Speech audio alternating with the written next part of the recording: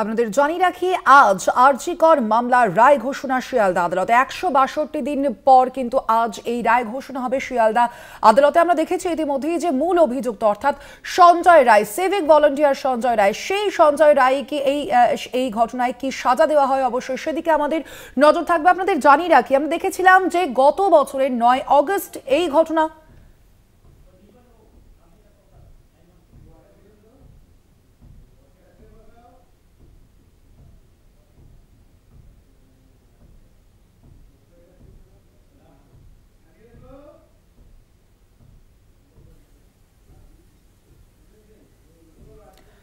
চিকিৎসককে ধর্ষণ খুনের মামলার রায় ঘোষণা আজ আরজি কর কাণ্ডের রায় ঘোষণা। আপনারা জানেন গত বছরের ৯ অগস্ট আমরা দেখেছিলাম আরজি করের এই ঘটনা। আরজি করের সেমিনার হল থেকে মিলেছিল এই মহিলা চিকিৎসকের এক মৃতদেহ, এবং সেই ঘটনার পরবর্তীতেই কিন্তু রাজ্য রাজনীতি তোলপাড় হয়ে উঠেছিল।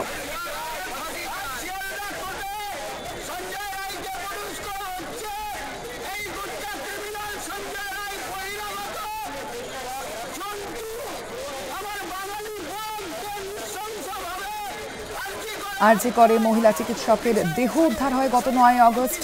১০ই অগস্ট আমরা দেখেছিলাম এই ঘটনায় গ্রেপ্তার করা হয়েছিল কলকাতা পুলিশেই কর্মরত এই সিভিক ভলান্টিয়ার সঞ্জয় রায়কে। এর পরবর্তীতে ১৩ই অগস্ট কলকাতা হাইকোর্ট সিবিআই তদন্তের নির্দেশও দিয়েছিল।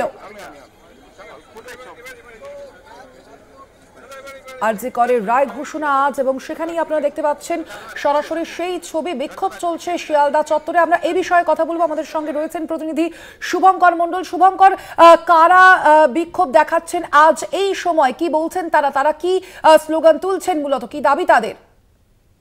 দেখো, বাংলা পক্ষ বলে যে সংগঠনটি রয়েছে, মূলত যারা বাংলার জন্য লড়ে, বাংলা ভাষার জন্য লড়ে, সে বাংলা পক্ষের তরফ থেকে এই বিক্ষোভ প্রদর্শন করা হচ্ছে, এবং তারা জানাচ্ছেন যে আমার বোনের বিচার চাই। তারাও বলছেন যে রাজ্যের যেসব বোনরা বা বোনের যে খুন হয়েছে, আরজি করে যে নির্যাতিতা ছাত্রী, তার সঙ্গে যে নির্মম ঘটনা ঘটেছে, তার অবিলম্বে বিচার, এবং বিচার পর্ব ইতিমধ্যেই শেষ হয়েছে স্বর্ণালী, এবং আজ কিন্তু রায়দান পর্ব। বাংলা পক্ষের তরফ থেকে বিক্ষোভ প্রদর্শন করা হচ্ছে, এবং তারা কিন্তু বলছেন যে দৃষ্টান্তমূলক সাজা যেন ঘোষণা করা হয় আদালতের তরফ থেকে, বিচারক যেন দৃষ্টান্তমূলক সাজা ঘোষণা করেন। সেই কারণেই কিন্তু আজ বাংলা পক্ষের তরফ থেকে এইভাবে শিয়ালদা কোর্ট চত্বরে তারা বিক্ষোভ প্রদর্শন করছেন, এবং সেইখানে দাঁড়িয়ে স্বাভাবিকভাবেই কিন্তু পুলিশ এইখানে ব্যাপক পরিমাণে মোতায়েন করা হয়েছে।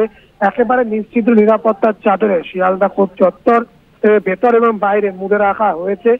যারা বিক্ষোভ প্রদর্শন করছেন তাদের সেখান থেকে সরে যেতেও বলা হচ্ছে পুলিশের তরফ থেকে, কেননা এইখানে জটলা করলে স্বাভাবিকভাবেই কিন্তু পরবর্তীতে পরিস্থিতি কিছুটা হলেও গোলমেলে হতে পারে। এইটা আশঙ্কা থেকেই পুলিশ কিন্তু তাদেরকে সরিয়ে দিচ্ছে। তুমি দেখতে পাচ্ছ যে ছবি, যে তাদেরকে কিন্তু সরিয়ে দেওয়া হলো, এবং তাদেরকে কিন্তু এখান থেকে সরিয়ে দেওয়া হচ্ছে।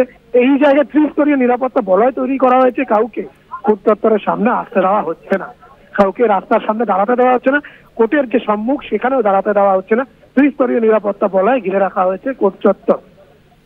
একদমই সেই ছবি আমরা তুলে ধরছি আপাতত। ধন্যবাদ তোমায় শুভঙ্কর। আমরা কথা বলছিলাম, ফোন লাইনে ছিলেন প্রতিনিধি শুভঙ্কর মণ্ডল।